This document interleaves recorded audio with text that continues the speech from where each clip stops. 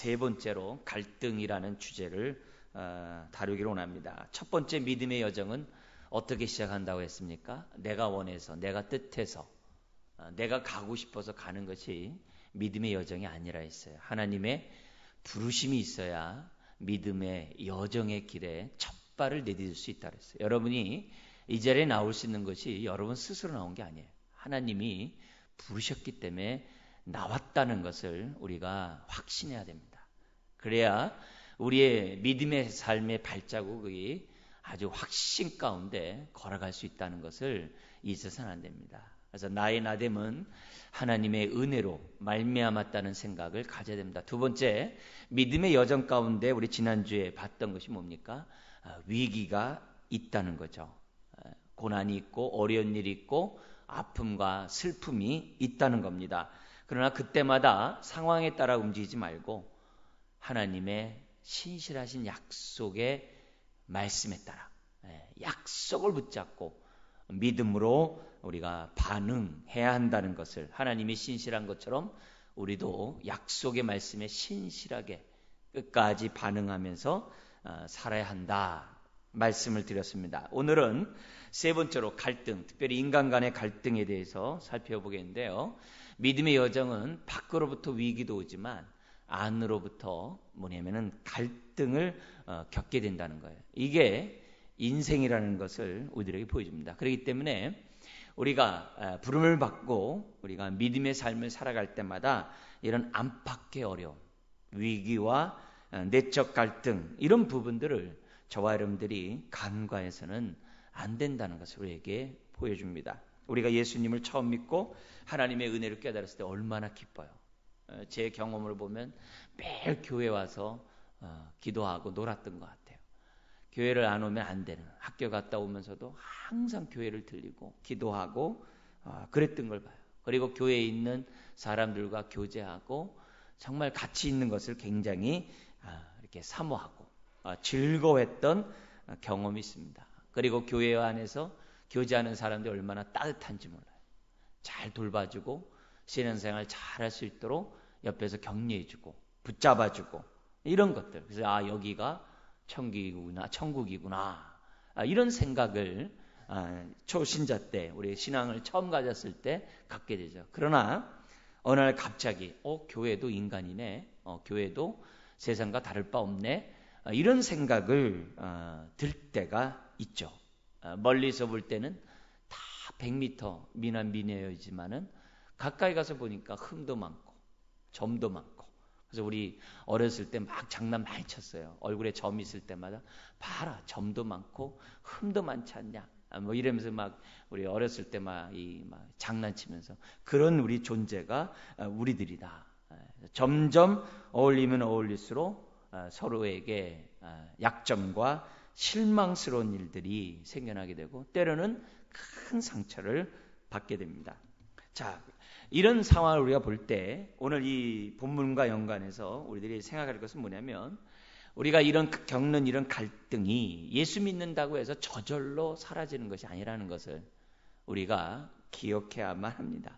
자동적으로 우리가 이런 모든 문제가 다 사라지는 게 아니에요. 항상 우리 안에 존재한다는 것을 우리는 먼저 기억하고 있어야 돼요. 그렇다고 대인관계에 갈등이 있다고 해서 믿음의 여정이 실패한 건 아니에요. 갈등은 갈등이고 믿음의 여정은 여전히 우리들에게 있다는 거죠. 갈등이 있다고 하나님에 대한 믿음이 사라지고 하나님에 대한 믿음이 실패한 것은 아니에요. 반드시 기억해야 합니다. 심지어 주를 위해 열심히 사역했던 바나바와 바울에게도 갈등이 있었어요. 마가를 데려가냐 말냐 문제를 가지고 갈등을 일으켰어요. 예수님이 12제자는 늘 갈등 가운데 있었어요. 누가 더 으뜸되기를, 누가 더 주님의 우편에 앉느냐, 늘 서로 간에 도토리 키재기를 하고 있어요. 그리고 주님도 그래요. 복음이 전파되는 곳에는 갈등이 있다고 그랬어요. 다툼이 있다고 그랬어요. 어디 있더나 물론 종류가 다르겠습니다만 사람이 사는 그런 곳에는 갈등이 있어요. 우리나라 같이 체면 문화일 경우에는 안 그런 척하지만 내적으로는 다 갈등을 가지고 사람들이 용납하고 이해하면서 살아가죠. 부부간에는 안 그러겠습니까? 부모 자식 간은 어떻겠어요? 형제들끼리 자매들끼리는 어떡하겠어요? 그래서 이런 말 있잖아요. 쌍둥이도 서로 세대 차이가 있대요. 그만큼 갈등이 많다는 것을 우리들에게 보여줍니다. 문제는 위기를 어떻게 처리하냐에 따라 믿음이 달라진 것처럼 갈등도 어떻게 처리하냐에 따라 우리의 신앙에 도움도 되고 또 해가 된다는 것을 저와 여러분들이 이 시간을 통해서 다시 한번 분명히 생각했으면 좋겠습니다. 자, 그러면서 13장에 들어오면서 아브라함과 롯과의 가족의 둘과의 또 그 가족 간의 갈등이 야기됩니다. 그 원인이 1절부터 7절까지 나오고 있는데요. 그 원인은 다른 게 아니었어요. 2절에 우리 한번 읽어볼까요? 아브라함의 가축과 은과 금이 어땠다고 그래요? 풍부했다. 출애굽할 때, 애굽에서 나올 때, 들어갈 때도 부자였지만 나올 때 또 뭐예요? 바로 왕이 그냥 막 이 처남이라고 해가지고 이 뭐 엄청난 이 뭐랄까요? 가축들과 재물도 줬거든요. 노비들도 주고 막 그랬단 말이에요. 그러니까 나올 때 어떻게 돼요? 막 풍부했어요. 한때를 이루는 거죠. 근데 그것으로 끝나는 게 아니라 6절에 보니까 점점 풍성해져서 6절에 이렇게 되어 있습니다. 그 땅이 그들이 동거하기에 넉넉하지 못하였으니 이는 그들의 소유가 많아서 너무 많아서 동거할 수 없다는 거예요. 애굽에서 나와서 네게브 사막을 지나가지고 그들이 처음 장막을 쳤던 그곳까지 3절 4절에 보니까 그곳까지 그들은 뭐예요? 점점 이주하면서 왔어요. 목초지를 따라서 이제 이주해 왔겠죠. 세월이 어느 정도 흘렀겠죠. 뭐 하루 이틀이 아니에요. 오랜 어떤 시간이 흘렀겠죠. 시간이 흘렀겠죠. 그래서 너무 많아가지고 심지어는 어떻게 돼요? 7절에 보니까는 그 땅의 주변에 가나안 사람과 브릿 사람들이 살았다 그래요. 이게 뭐예요? 남부끄럽게 이주민이 동네 사람들이 거주하는 사람들을 볼 때 덕스럽지 못하는 그런 일이 발생할 정도로 뭐예요? 부자였다는 거예요. 아주 너무 큰 부자는. 그러니까 사람이 갈등의 원인들이 많잖아요. 소통의 부재라든지 오해라든지 지위 때문이라든지 또 여기 나와 있는 것처럼 물질 때문이든지 많은 갈등들이 있는데 여기 아브람과 롯의 갈등은 다른 게 아니라 풍부함 때문에 오는 갈등이에요. 그것도 하나님의 축복으로 말미암아 주어진 복 가운데 하나로 말미암아 지금 갈등이 생겨났다는 거예요. 그래서 풍부할 때 올 수 있는 갈등을 예비하면 참 좋겠어요. 그런데 저나 여러분이나 다 재산적으로 이렇게 풍부한 경험들이 잘 없어서 뭐 어떨런지 잘 모르겠습니다만 그래도 이건 뭐예요? 미리 예방하는 것이 예비하는 것이 굉장히 중요해요. 왜냐하면 가정에 부모가 유산이 있을 때 자식들에게 줄 만한 유산이 있었을 때 자식이 혼자면 모르는데 둘만 되더라도 아주 심각해요. 지극히 작은 재산 가지고 그 하나 가지고도 얼마나 갈등이 심한지 몰라요. 일종의 풍부함 때문에 오는 거죠. 심지어는 반대로 가난해도 문제인데 부모를 갖다가 이렇게 요양원에 보냈을 때 그 분담금 때문에 똑같이 나눠야 된다. 아니다. 뭐 형이 더 많이 내시오. 아니다. 이것 때문에 얼마나 속상한지 몰라요. 그런 갈등이 있어요. 교회에서도 마찬가지입니다. 어느 부서가 부흥하면요. 다른 부서와 갈등이 참 많아요. 교회 봉고차 우리가 써야 된다부터 시작해가지고 뭐 시설 우리가 먼저 써야 된다 시작해서 교사를 우리가 확보해야 된다. 그것도 뭐예요? 작은 풍부함에서 오는 다한 거죠. 그러니까 이런 일들을 미리 우리가 예비하지 않으면 많은 갈등을 야기할 수 있다는 것을 지금 1절에 7절은 우리들에게 가르쳐주고 있어요. 안타깝죠. 가난해서 이런 일들은 사실 생겨나지 않아요. 있는 사람이 더하고 조금이라도 있으면 더 욕심을 부리는 것이 차별로 인해서 오는 그런 갈등이 우리들에게 많이 있다는 것을 이상하게 생각하지 말고 당연하다는 것을 그런 일이 늘 발생할 수 있다는 것을 예측하는 것이 이제 중요하다는 것을 우리에게 보여줍니다. 자, 그러면서 아브라함은 이 갈등을 어떻게 해결했는가? 이게 중요해요. 이런 자세를 오늘 저와 여러분들이 배워야 한다는 거죠. 대체적으로 많은 경우에는 덮어두죠. 이런 분들이 덮어둠으로 문제들이 해결됩니다. 근데 이런 다툼이 한두 번의 다툼이 아니었던 것 같아요. 왜요? 당연히 물 부족, 그리고 목초지가 부족이기 때문에 계속 다툼이 있어 왔다고 봐요. 한두 번에 이런 문제가 됐다고 한다면 이렇게까지 하지 않았겠죠. 갈라서자 이렇게까지는 하지 않겠죠. 그러니까 갈라질 정도로 돼야 돼요. 봉합되기 어려운 그런 상황이 됐다는 거죠. 그러다 보면은 갈등이 있는 곳에 항상 자기 합리화가 있거든요. 자기 입장을 주장하게 되고 그러다 보면은 말다툼이 끊이지 않아요. 그리고 커지게 돼요.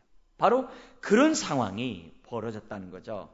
자, 이런 상황이 벌어졌을 때 아브라함이 이 갈등을 어떻게 했냐? 두 가지 방법으로 갈등을 해결합니다. 이거는 우리가 교회 안에서, 가정 안에서 우리들이 항상 이 갈등을 해결할 때마다 가져야 되는 두 가지 방법이라고, 원리라고 생각할 수 있습니다. 첫 번째 원리가 8절에 있습니다. 같이 한번 읽어볼까요?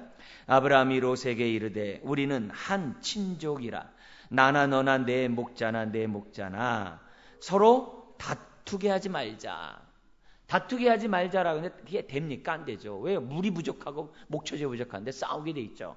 그래서 다투게 하지 말자라고 했을 때 중요한 단어가 뭐예요? 우리는 한 뭐라고 그래요? 친족이라. 옛날 성경에는 이제 골육이라 이렇게 돼 있어요. 우리는 한 친족이라. 여러분 이것이 굉장히 중요합니다. 이 사도 바울이 바울 서신을 썼을 때 그 사도 바울이 쓴 그 바울 서신에 여러 교회들이 있어요. 여러 교회들의 뭐예요? 갈등이 있었어요. 고린도 교회, 우리 빌립보 교회, 아주 그 갈등, 로마 교회, 많은 교회들마다 갈등이 있었어요. 갈등이 있었는데 그 갈등을 해결하는 그 방법이 바울은 일관됐어요. 그게 뭘까요? 우리는 그리스도 안에서 한 가족입니다. 그게 아주 일관된 뭐냐면 관점이었어요. 빌립보 유집사님과 순집사님 서로 싸울 때 그 얘기하거든요. 주님처럼 종의 마음을 가져라. 우리는 그리스도 안에서 한 몸이다. 그 얘기를 해요. 로마서 같은 데서는 14장 15절에 먹고 마시는 문제 때문에 먹어도 되니 안 되니 하면서 막 서로 주를 위한답시고 서로 막 갈등이 많았어요. 근데 그 문제를 해결할 때도 다 뭐예요? 우리는 그리스도 안에서 한 몸이다. 에베소 교회 두 말, 딴 말 없어요. 그리고 고린도 교회, 심지어는 뭐라 그래요? 고린도 교회에서 뭐냐면은 서로 다투고 갈등하는 것을 보면서 너희들이 그리스도의 몸을 더럽히고 있고 그리스도의 몸을 갖다가 파괴하고 있다고 그래요. 그런 인생을 하나님이 너희 인생을 멸하리라고 말할 정도로 굉장히 무서운 말들을 하고 있는 것이 고린도전서 3장 10절 17절이에요. 그러니까 우리가 이런 문제 했을 때 교회 안에서 많은 문제들이 생겨날 때마다 항상 생각해 뭐냐면 우리는 한 몸이다. 한 가족이다. 그 생각을 가질 때 사랑도 생겨나고 성령의 연합도 생겨나고 이해도 생각하고 용납도 생각나고 여러 가지 말씀들이 이루어질 수가 있다는 것을 우리들에게 보여주고 있습니다. 그러니까 이런 부분에서 이 아브라함이 우리에게 주었던 이 원리, 우리는 한 친족이라, 우리는 한 가족이라. 여러분 육신의 가족도 어떻게 돼요? 갈등이 있어도 한 가족이기 때문에 서로 지내잖아요. 그러다가 어떻게 돼요? 갈등이 30년 만에, 때로는 50년 만에 봉합도 되잖아요. 당장 1, 2년은 아니더라도 막 20, 30년 후에 봉합되는 그런 일들이 많이 있잖아요. 그런 일 있잖아요. 그래서 그러기 때문에 우리는 어쩌면 또 다른 훈련이에요. 뭐예요? 갈등이 있을 때 용납하라는, 또 이해하라고 하는, 사랑하라고 하는, 인내하라고 하는 그 말씀에 순종하는 또 다른 훈련을 우리가 겪는다라고 생각하면서 우리들이 갈등의 문제들을 해결하는 거예요. 그리고 두 번째 원리가 9절에 나오고 있습니다. 같이 읽어볼까요? 내 앞에 온 땅이 있지 아니하냐? 나를 떠나가라. 내가 좌하면 나는 우하고 내가 우하면 나는 좌하리라. 처음부터 야박하게 떠나라. 뭐 내치기 위해서 그렇게 했다라고 보지 않습니다. 여러 가지 많은 얘기도 있었겠고 여러 가지 많은 기도와 고민 가운데 있었을 것입니다. 그러다가 더 이상 안 되는 이런 지경이 됐을 때 지금 뭐냐면은 아브라함의 얘기가 그거죠. 나를 떠나가라. 그러니까 내가 선택하라는 거죠. 내가 떠나라. 그러면서 뭐라고 얘기하냐면은 배려를 합니다. 이게 중요한 거예요. 무조건 내치는 게 아니라 뭐라고 그러냐면은 내가 좌하면 나는 우하고 내가 우하면 나는 좌하리라 하면서 어떻게 돼요? 선택권을 줬다는 거예요. 배려했다는 거예요. 더구나 이 롯은 조카거든요. 조카거든요. 어렸을 때부터 키워왔단 말이에요. 부모로서. 그런 조카예요. 같이 고향 땅을 떠났고 그의 아버지가 일찍 죽어가지고 돌봤단 말이에요. 그런 아브라함이에요. 근데 그런 상황이지만 지금 뭐냐면 아브라함이 양보를 하는 거죠. 요때 여러분 롯의 나이가 대충 몇 살 된 것 같아요? 롯의 나이가? 요때 우리 보통 이 잡는 그 숫자가 50살쯤 되지 않았는가 이렇게 생각을 해요. 롯의 나이가. 그러니까 이런 50, 그러니까 뭐 어떻게 보면 많이 잡을 수 있는 나이도 되겠죠. 최소한 뭐냐면 40은 넘었어요. 옛날에 40이 넘었으면 어떻게 돼요? 독립할 수 있는 여러 가지 상황이 있는 거죠. 그러니까 롯의 입장에서 보면 어떻게 돼요? 내 나이가 지금 장년이고 한 부족을 이룰 나이가 됐고 그리고 어떻게 돼요? 얼마든지 독립할 수 있는 나이가 됐으니까 롯이 어떻게 해야 돼요? 그렇게 행동할 수 있을런지도 몰라요. 아브라함이 볼 때. 그래서 아브라함의 입장에서 보니까 어떻게 돼요? 이제는 독립할 때가 됐구나. 내가 내보내는 것이 롯에게도 좋겠다. 아마 이런 정황이 있었던 것으로 우리들이 생각나여집니다. 자, 그랬을 때 아브라함의 이런 배려의 제안에 롯의 행동이 뭐냐면은 10절에 이렇게 나옵니다. 롯이 눈을 들어 요단 지역을 바라본 적, 이제 동쪽을 바라봤겠죠? 눈을 들어 본즉 이게 뭐예요? 벌써 그 마음을 표현해 준 거죠. 만약에 이렇게 독립하려고 하는 마음이 없었다면 어떻게 돼요? 아브라함에게 그러겠죠. 아브라함, 예를 들면, 뭐, 큰아버지, 그럴 수가 없습니다. 제가 어떻게, 큰아버지 떠나서 제가 어디 갈 수 있겠습니까? 제가 단단히, 우리 목자들을 갖다가 주의시키겠습니다. 아니면 어떻게 돼요? 아니면 멀찌감치 제가 이렇게 지낼 테니까 항상, 같이 이렇게 만나고 저와 함께 있어주세요. 뭐 이렇게 얘기할 수도 있겠죠. 근데 그런 제안이 있자마자 딱 눈을 들어 본 거예요. 그러니까 이미 마음의 준비가 되어 있다는 거죠. 딱 눈을 들어 보니까 요단 지역에 바라본 지 소알까지 온 땅에 물이 넉넉하니 여호와께서 소돔과 고모라를 멸하시기 전이었으므로 뭐와 같다고 그래요? 여호와의 동산, 에덴 동산 같고 심지어 뭐와 같다고 그래요? 애굽 땅과 같다. 잠깐 애굽에 가 있었지만 애굽이 굉장히 나일강 삼각주가 아주 풍부하잖아요. 그런 걸 눈으로 보았는데 그 본 곳에 대한 뭐예요? 동경이 있었어요. 근데 알고 봤더니 어떻게 돼요? 지금 요단강과 연관된 그런 소돔과 고모라 그쪽 지역에 뭐냐면 물이 많았다. 목축업을 하는 사람에게 있어서 물이 많다는 것은 굉장히 이건 노다지와 같은 장소거든요. 그러니까 여러모로 딱 보니까 어떻게 돼요? 롯이 어떻게 돼요? 선택을 하는 거죠. 그래서 11절에 그러므로 롯이 요단 온 지역을 택하고 동으로 옮기니 그들이 서로 떠난지라. 그러니까 참 이제 안타까운 일이 벌어지고 그렇게 하면서 12절 13절에 보면 점점 가가지고 어디까지 가요? 소돔까지 가게 되고 13절 소돔 사람은 여호와 앞에 악하며 큰 죄인이었더라. 그런 메시지가 이제 성경에 기록되어 있습니다. 그러니까 우리가 갈등이 있을 때 두 번째 원리가 뭐예요? 배려의 선택이죠. 먼저 배려하면서 양보하는 그런 모습을 아브라함이 취했다는 겁니다.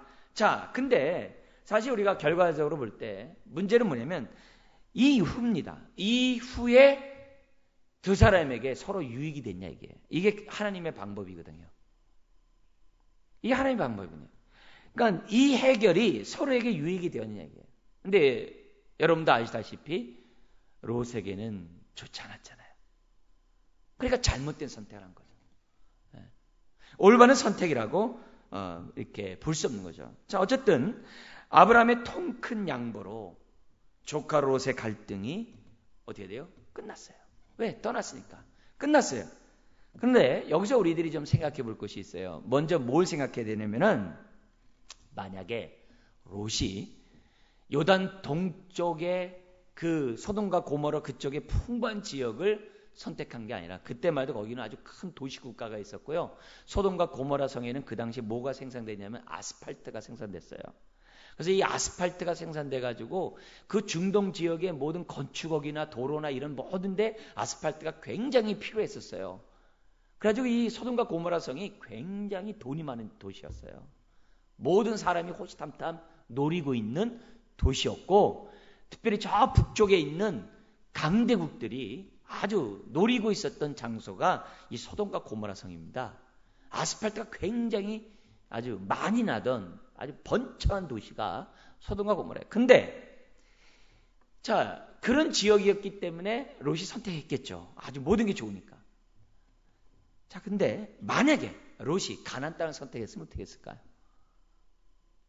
혹시 그럴 수 있잖아요. 약속의 땅을 들었단 말이에요. 하나님이 아브라함에게 약속의 땅을 주신다고 했어.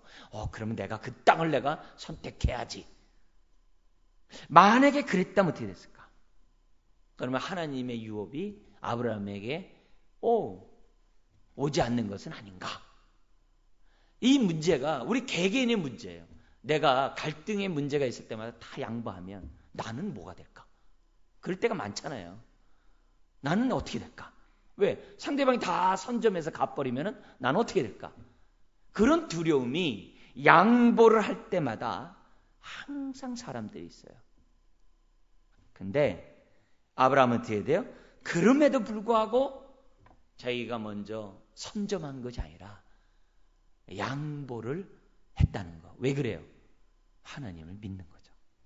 여기서 중요한 원리가 나옵니다. 뭐냐?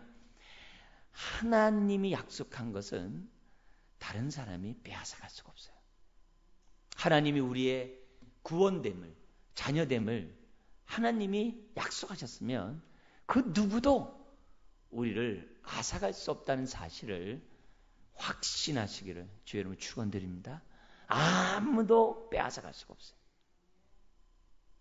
하나님이 우리에게 주신 그 모든 분깃은 남들이 앗아갈 수가 없어요. 빼앗아갈 수 없다는 것을 저와 여러분들은 분명히 믿으셔야 돼요. 그래서 내가 혹시라도 빼앗길까봐 두려워서 선점한다면 그건 욕심이에요. 그거는 또 다른 욕심을 야기시킬 수 있고, 그것은 뭐예요? 또 다른 갈등을 불러일으켜요. 욕심이 있는 것에는 언제나 다툼이 있다 그랬잖아요. 다툼이 있다 그랬잖아요. 그래서 내가 믿습니다 하면서 어떻게 돼요? 얼마나 욕심장애가 되는지 몰라요. 얼마나 다투는지 몰라요. 나는 나에게 준 가나안 땅을 난 지키기 위해서 싸운다. 천만에 그게 아닙니다. 그게 아니에요. 아브라함을 통해서 우리에게 주어진 부분은 이거예요. 아브라함은 하나님을 신뢰한 거예요. 하나님이 주시마 약속한 그 땅은 빼앗기지 않고 하나님이 나에게 반드시 준다는 거죠. 설령 바벨론 포로로 끌려갔어도 하나님 다시 돌아오게 하세요. 이게 하나님의 역사예요. 이번에 이제 총회 가서 재미있는 현상을 목격을 했어요. 이렇게 총회에서도 뭐 이렇게 순전한 마음으로 뭐 순전한다는 말은 좀 잘 안 맞을 수 있겠습니다만, 그래도 정말 의의를 가지고 하는 사람이 있는 반면에 욕심을 가지고 야망을 가지고 막 총회에 일하는 사람들도 있어요. 이제 그런 가운데 이제 누구나 다 아는 저 사람은 꾼이야. 저런 사람이 되면 안 돼. 이런 사람들이 이제 지명한 사람들이 있어요. 근데 이제 참 재밌는 현상을 제가 봤는데, 그 부석이라는 그 임원에 하기 위해서 4사람이 이제 지원을 했어요. 근데 이구동성 사람 하는 얘기가 뭐냐면, 제 주변 사람들이 저 1번과 2번은 절대 되면 안 된다는 거예요. 왜 그러니까 꾼이라는 거예요. 그래, 이 총회가 깨끗하지 않다. 그런 얘기들을 막 너무나 막 그냥 뭐 거침없이들 사람들이 하는 거예요. 그래서 이제 그런가 보다. 그래서 4사람이 이제 투표할 때 우리 총회법 뭐냐면 제비뽑기로 돼 있어요. 그래서 두 사람만 남겨놓고 나머지는 다 떨어집니다. 그래서 두 사람을 경선을 해요. 왜냐하면 그래야지만 부정을 없애기 위해서 그런 방식으로 이제 취합니다. 근데 번호를 뽑았는데 그 꾼이라는 사람이 첫 번째, 두 번째 뽑을 수 있는 자격을 얻은 거예요. 그러니까 막 기뻐서 막 날뛰더라고요. 여기 또 보니까. 막 그러면서 또 그리고 그 하나 뽑을 때마다 그 제비뽑기 잘 뽑을 수 있도록 색깔이 있거든요. 그걸로 막 기도를 막 열심히 하는 게 이렇게 동영상을 막 이렇게 비춰주면서 크게 비춰져요. 막 하면서 싹 뽑아요. 그리고 보여주면 안 돼. 동시에 네 명이 착 해가지고 또 봐야 돼. 또 이것 때문에. 그래가지고 그 사람도 하고 두 번째 사람도 열심히 기도해가지고 그걸 딱 뽑아요. 그리고 이러고 있어요. 막 기대하는 가운데 막 이게 보여요. 막 동영상으로. 워낙 크니까. 근데 세 번째, 네 번째 사람들은 이미 뭐 기도도 안 하고 그냥 뽑더라고. 그냥 기도도 안 하고 그냥 눈 뜨고 그냥 이렇게 막 이렇게 뽑아요. 동시에 하나 둘 셋 척 했는데 첫 번째 두 번째 사람은 탈락되고 두 번째 세 번째 네 번째 사람이 딱 된 거예요. 그 순간에 그 얼굴들이 촥 잡혔는데 사람들은 다 웃는 거예요. 나머지 사람들은 다 웃는 거예요. 그러면서 하는 얘기가 기도하니까 떨어지지. 기도 안 하고 맡기면 되지. 이런 우스갯소리까지 하는 모습을 이렇게 보면서 참 순간적으로 많은 것을 이제 생각하게 됐어요. 그러니까 이런 모습을 이렇게 보면 여러 가지 모든 부분에서 우리들은 정말 내가 또 나 아니면 내 방법대로 뭔가 할 때가 참 많아요. 근데 하나님이 배후에서 역사하시는 이 모습을 보면 그래서 될 만한 사람이 이번에 됐다라고 하면서 막 사람들이 감사하더라고요. 그래서 그런 것들을 살펴보면서 이 롯과 달리 이 아브라함은 하나님 믿은 거죠. 우리 팔복에서도 온유한 자가 땅을 차지한다고 했는데 아브라함의 그런 배려하는 이 모습이 놀라운 거죠. 그 순간에 그렇게 할 수 있다는 게 롯이 가나안 땅 차지하겠다면 어떻게 해요? 그러나 하나님은 실수가 없으시는 그런 하나님이신 것을 우리들에게 보여주는 거죠. 그래서 아브라함이 이런 갈등을 해결하면서 하나님을 의지했고 그 의지했더니 하나님이 이 문제를 해결하는 것을 직접 경험하잖아요. 그렇게 되므로 더욱더 약속의 말씀을 붙잡는 아브라함이 되었다는 거죠. 아브라함은 롯처럼 눈에 보이는 것에 따라 선택하지 않았어요. 하나님을 바라봤어요. 이걸 믿음의 여정에서 저와 여러분들이 갈등을 겪을 때마다 가져야 되는 자세라는 거죠. 믿음은 바라는 것들의 실상이요. 보지 못하는 것들의 증거라 했어요. 믿음의 여정에서 중요한 점은 바로 이거예요. 하나님을 신뢰하는 이런 자세가 중요해요. 그렇다면 지금까지 오늘 여러분이 지금까지 신앙생활을 오면서 나를 지금까지 오게 했던 약속의 말씀이 뭔지를 물어봐야 돼요. 이 시점에서 내가 오늘 정말 믿음을 갖고 지금까지 오게 된 그 약속의 말씀 뭔가? 뭐 때문에 나는 지금까지 신앙생활 해왔는가? 그 약속의 말씀이 뭔지를 한번 이 시간에 우리들에게 질문해 봐야 돼요. 성경은 먼저 그 나라와 그 의를 구하라는 말씀을 하셨어요. 땅 끝까지 이르러 내 증인이 되라는 말씀도 하셨고 무엇을 먹든지 마시든지 하나님의 영광을 위하여 하라 했어요. 가정을 꾸미고 자녀를 키우고 열심히 일하는 그런 목적들, 그 동기가 하나님의 나라를 위해서 그 가치에 내 삶을 투자하고 나는 지금까지 왔는가? 하나님 나라에 대한 이 비전이 교회의 또한 비전이 오늘 내 삶에 얼마나 적용되고 있고 내 인생을 이끌어가고 있는가? 우리 교회가 건강한가죠? 건강한 개인 건강한 교회를 재생산하는 교회인데 나는 얼마나 이 교회에게 주신 이 비전을 내 것으로 삼고 나는 신앙생활을 하고 있는가? 만약에 교회 비전이 나의 기도 제목이 안 된다고 한다면 교회는 나오지만 따로 노는 거죠. 우리가 하나님 나라에 대한 비전 없이 살아가면 하나님과 내가 따로 노는 거죠. 오늘 이 메시지 속에서 우리는 한번 생각해 보는 거예요. 아브라함은 시종일가 하나님의 약속을 바랄 수 없는 중에도 바라고 롯에게 양보하며 살았거든요.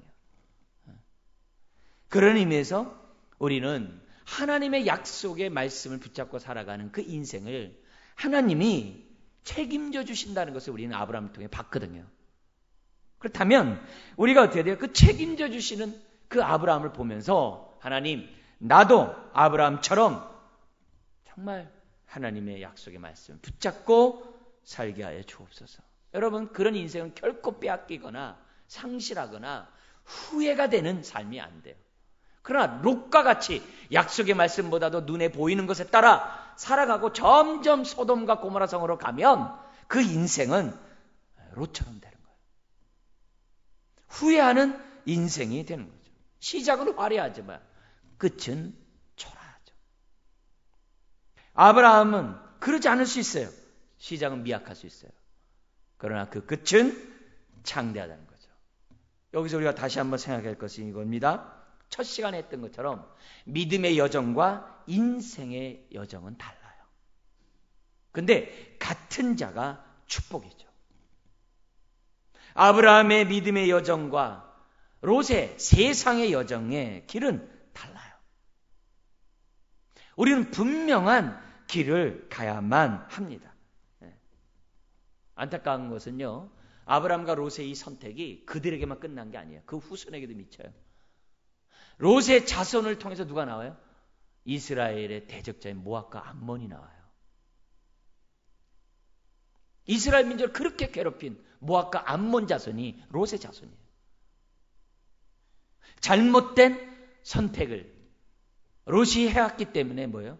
그의 가족과 자식에게 아무런 감화 감동을 못 줘요. 그래서 그의 아내는 소금기둥이 되고 그의 두 딸들은 모압과 암몬의 조상이 돼요. 그의 사위는 두말할 것도 없고 전혀 감동을 못 줬어요. 왜요? 하나님의 약속, 비전에 따라서 살지 않았기 때문에. 물론 개인은 신앙이 있었어요. 왜? 아브라함이 믿었던 하나님을 봤기 때문에 개인은 신앙이 있었어요. 그러나 그 신앙이 자기만을 위한 신앙이었지 하나님의 나라를 이루는 신앙은 아니었거든요. 자기의 유익을 위한, 필요를 위한, 자기가 잘 먹고 잘 살기 위한, 어떻게 보면 자기만을 위한 믿음은 있었어요. 성경 신약에 나오거든요. 의로운 롯이라고 성경 얘기하거든요. 그렇지만 그런데 하나님 나라를 이루는 인생은 아니었던 것을 보게 됩니다. 세상은 지금 롯에게처럼 저와 여러분들에게 계속 롯처럼 살라고 유혹하고 있어요. 온갖 세상 것들이 우리를 소돔으로 인도하고 있어요. 세상의 모든 것들이 다 화려해요. 여러분, 롯이 선택한 땅은 어떤 땅이에요? 에덴 동산 같고 애굽 땅과 같다 그랬어요. 이게 뭐예요? 항상 멸망으로 인도하는 길은 화려해요. 화려해요. 보암직스럽고 먹음직스럽고 탐스러워요. 선악과와 같아요. 그게 세상이에요. 그러나 그렇게 아름다운 땅이라 할지라도 약속의 말씀을 붙잡지 않으면 생수가 공급이 안 돼요. 약속의 말씀을 붙잡지 않고 살아가면 결국 멸망으로 인도하는 통로가 될 수밖에 없다는 것을 기억해야 돼요. 그래서 우리나라도 바암 문화가 화려한 거예요. 왜요? 소돔과 고모라 성이니까. 소돔과 고모라 성이니까 우리나라의 바암 문화가 너무 화려해요. 이런 상황에서 우리는 어떻게 돼요? 경계선에 있을 수도 있어요. 언제 넘어갈는지 몰라요. 그러나 동시에 이런 상황에서 하나님이 오늘 이 양을 이리 가운데 보낸 것처럼 보냈다라는 말씀에 따라 우리가 정신 차리고 비전에 따라서 우리의 삶을 우리가 정말 살아가지 않는다고 한다면 큰일 나죠. 세상은 언제나 화려한 것으로 치장해요. 아람 군대 나하만 장군처럼 소금 문둥병으로 썩어가는데 그 장관의 그 화려함으로 치장을 해요. 주변 사람이 문둥병자들도 모르죠. 그렇지만 비전 없는 그 인생은 영원부터 썩어져 갈 수밖에 없다는 것을 우리들에게 보여줍니다. 그래서 기도해야 돼요. 주님, 롯처럼 안목의 정욕 가운데 살지 않도록 도와주시옵소서. 롯처럼 자기 가족에게 아무런 영향력을 끼치지 못하는 그런 인생 되지 않도록 도와주십시오. 주여, 롯처럼 아브라함을 붙잡지 않고 자기 뜻대로 마음대로 자립하려고 하는 그런 모습에서 벗어나게 해주시옵소서. 오히려 아브라함처럼 하나님을 붙잡게 하여 주시옵소서. 그게 이 아브라함이 선택한 그 방식을 통해서 저와 여러분들이 배울 수 있다는 거예요. 자, 그러자 결과가 14절 18절에 이렇게 양보하며 롯을 배려하고 그러나 또 하나님의 약속만을 붙잡고 이렇게 선택한 그 결과 하나님이 그의 인생을 어떻게 위로하고 어떻게 붙잡아주고 어떻게 돌보시는지 14절에 18절은 우리들에게 가르쳐줍니다. 14절은 뭐냐면 무엇보다도 아브라함에게 나타나셔서 말씀하세요. 할렐루야. 항상 하나님의 뜻대로 선택한 곳에서는 하나님의 위로가 있어요. 왜요? 우리 하나님은 모든 위로의 아버지시라 했어요. 14절 읽어보겠습니다. 롯이 아브라함을 떠난 후에 여호와께서 아브라함에게 이르시되 너는 눈을 들어 너 있는 곳에서 북과 남쪽 그리고 동쪽과 서쪽을 바라보라.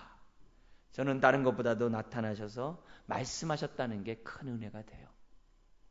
여러분, 항상 하나님의 뜻대로 약속 붙잡고 살아가는 자들에게는 이런 위로가 있어요. 항상 이런 위로가 있어요. 항상 말씀하시는 것을 깨닫고 듣습니다. 여러분 혹시 갈등을 믿음으로 해결하는 가운데 있다고 한다면 이 음성을 들으시고 위로를 받으시기를 주의 이름으로 축원드립니다. 이런 말씀이 있어요. 그러면서 뭐라고 얘기하냐면 15절에 보이는 땅을 내가 너와 내 자손에게 주리니 영원히 이르라. 16절 내가 강조하고 있어요. 계속 15절 16절 강조해요. 내가 하나님의 의지가 있는 거죠. 내 자손이 땅에 티끌 같게 하리니 사람이 땅에 티끌을 능히 셀 수 있으신데 내 자손도 세라. 땅과 자손의 축복을 또 약속해. 지금은요 땅과 자손의 축복이 없잖아요. 목축, 가축들만 많지 은근만 많지 정작 중요한 아직 자식과 땅은 없잖아요. 근데 그 약속을 또 해요. 그래서 17절 너는 일어나 강조하는 거예요. 그 땅을 종과 횡으로 두루 다녀보라. 내가 그것을 내게 주리라. 동서남북을 바라보고 주겠다는 거예요. 여기에는 뭐 어떤 땅도 포함돼요? 롯이 선택한 땅도 포함된 거예요. 그러니까 하나님의 뜻대로 살아가면 하나님의 뜻대로 다 약속대로 주신다는 거예요. 놀라운 그것도 확증하면서까지 내가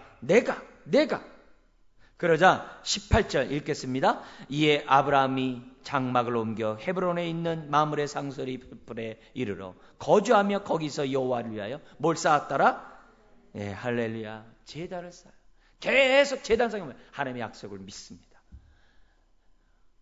눈에 보이지 않는 하나님을 믿습니다. 하나님이 내 인생을 책임져 줄 것을 믿습니다. 약속을 이룰 것을 믿습니다. 그게 예배예요. 그게 예배예요. 여러분, 여기서 우리가 깨달을 게 이겁니다. 하나님의 위로는 비전으로 위로하세요. 우리가 흔히 사람들이 하는 것처럼 어깨 토닥토닥토닥 뭐 이렇게 좋은 말, 위로의 말 그런 차원에서만 끝나지 않아요. 우리 하나님의 위로는 따뜻한 격려보다도 비전으로 위로를 해요. 이런 의미에서 있잖아요. 우리의 신앙이 좀 이렇게 성숙할 필요가 있어요. 따뜻한 말을 들으면서 자꾸 위로를 받는 사람은요, 그게 없으면요, 위로가 없다고 생각해요. 주변의 사람들의 말이 없으면 나는 실패했다고 생각해요. 나는 외롭다고 생각해요. 사람을 의지한 위로의 결과예요. 그게 아니라 하나님이 주시는 우리에게 위로는 뭐냐? 비전으로 위로를 받으라는 거예요. 이게 중요한 거예요. 이게 중요한 거예요. 그래서 아무도 없는 상황에서도 하나님의 그 약속의 말씀을 믿고 살아가는 그 비전은 그 아무도 없는 광야 같은 데서도 뭐예요? 위로가 돼요. 사람이 없어도 위로가 돼요. 내 주변 사람이 아무도 격려하지 않아도 그걸 뚫고 나갈 수 있는 힘을 얻을 수 있는 거예요. 그거를 하나님이 이 시간에 우리들에게 가르쳐줘요. 그래서 하나님은 우리에게 요구합니다. 너는 세상의 야망을 비전으로 갖지 말고 하나님의 나라를 비전으로 갖는 사람이 되라 그래요. 야망의 사람이 아니라 비전의 사람. 그래서 우리가 자녀를 키우고 주일학교를 돌보고 교회 안에서 여러 가지 훈련에 참여하고 봉사하고 헌신하고 일련의 그 모든 것들이 다 뭐예요? 야망을 채우려고 하는 게 아니죠. 왜? 반대 행동들이잖아요. 다. 교회에서 섬기는 것들이 다 반대잖아요. 야망과 반대잖아요. 섬기면 섬길수록 다 반대잖아요. 그리고 어떻게 된 거예요?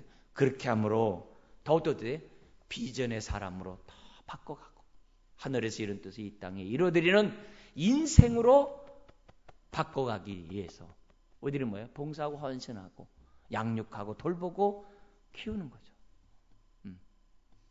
그래서 결국은 우리 모두가 하나님 나라를 먼저 그 나라 그 일을 구하는 인생이 된다는 거죠. 여러분, 그래서 결론이 분명해요.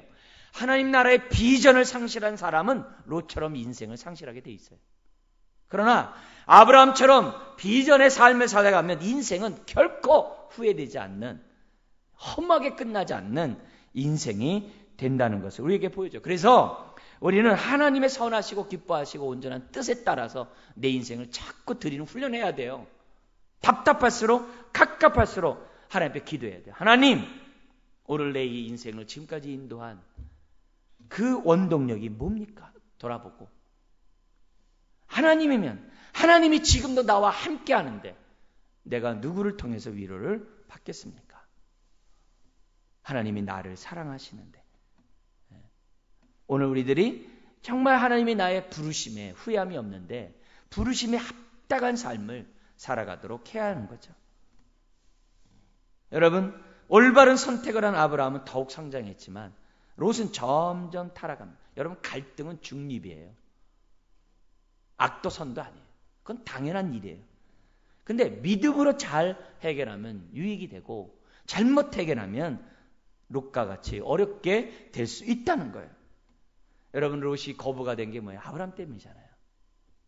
그러면 설령 롯이 아브라함과 헤어졌어도 돼요. 아브라함처럼 살아야죠. 그러나 그는 그러지 않았어요. 비전에 따라 사는 게 아니라 눈에 보이는 대로 안목의 정욕대로 살다가 결국 어떻게 돼요? 소돔과 고모라 성에 갔고 그의 처자식들 때문에 그 성을 빠져나오지 못하고 그리고 뭐예요? 끔찍한 생으로 정말 삶을 마감하는 그런 인생이 됐다는 거죠. 여러분, 믿음의 여정을 가는 저와 여러분에게 삶을 세상 사람들이 볼 때 답답하게 볼 때가 있어요. 참 답답하다. 어떻게 그렇게 사냐? 때로는 내 자신이 나를 볼 때 답답할 수도 있어요. 그러나 분명히 기억해야 돼요. 우리는 다른 길 가는 거예요. 다른 길 가는 거예요. 다른 길 가는 거예요.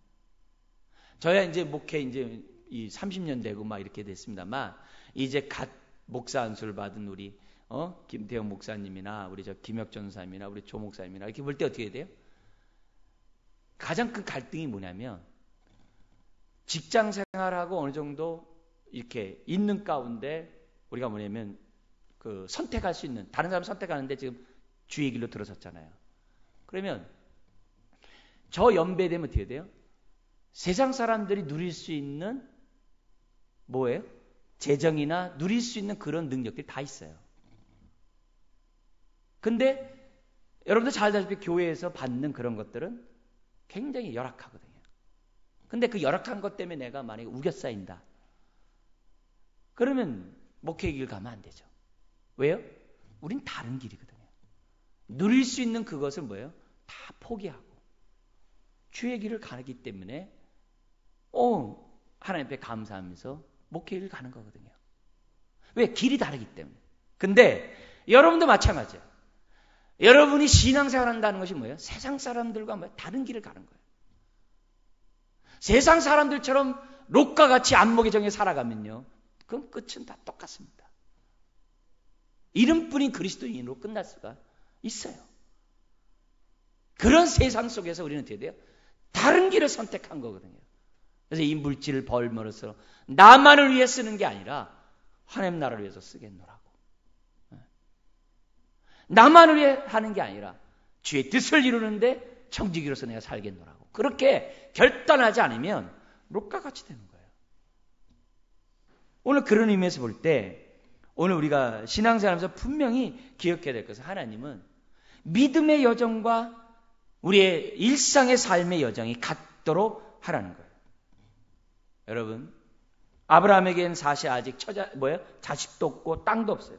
그렇지만 손에 잡힌 것이 없지만 아브라함은 가는 곳마다 제단을 쌓고 여호와의 이름을 부른 줄 믿습니다. 그게 우리들이 가져야 될 태도예요. 말씀을 마무리하겠습니다. 믿음의 여정에 안팎의 어려움이 있다 했어요. 밖으로는 위기요, 안으로는 갈등입니다. 그럴 때마다 우리는 어떻게 해결해야 하는지 아브라함을 통해서 우리는 배웠습니다. 우리가 육신의 안목으로 문제를 해결할 게 아니라 항상 그리스도의 몸을 생각하고 하나님의 뜻을 생각하고 비전 가운데 문제들을 해결해야만 합니다. 비록 우리들의 눈앞에 풍요로운 것이 없다 할지라도 미래를 바라보면서 아브라함처럼 우리의 믿음을 드려야만 합니다. 그럴 때 우리는 하나님의 위로뿐만 아니라 더 큰 믿음의 사람으로 나아가게 되고 통로가 되는 거죠. 그래서 땅을 보지 말고 하늘을 보고 세상을 보지 말고 하나님을 바라보고 주님도 눈을 들어 하늘을 보라고 말씀하셨습니다. 그래서 갈등을 통해 더 성장하고 더 엎드리고 더 귀하게 쓰임받는 정금들이 되기를 주의 이름으로 축원드립니다. 기도하겠습니다. 하나님 아버지, 믿음의 여정길에 닥칠 수 있는 위기와 갈등을 믿음으로 잘 해결해 나가는 주의 백성 되게 하여 주옵소서. 주님, 내 마음 내 뜻대로 판단하지 않게 하시고 부르심에 합당한 뜻대로 우리 모두가 결정하고 나아가는 하나님의 백성 되게 하여 주시옵소서. 머리 숙인 한 분 한 분의 삶이 주여 야망의 사람이 아니라 하나님 나라의 비전의 사람 되게 하여 주시고, 그래서 그 인생이 부유하고 기쁨이 충만하고 의미와 보람과 참으로 기쁨이 행복이 넘쳐나는 복된 인생들 되게 하여 주옵소서. 감사하며 예수님의 이름으로 기도드리옵나이다. 아멘.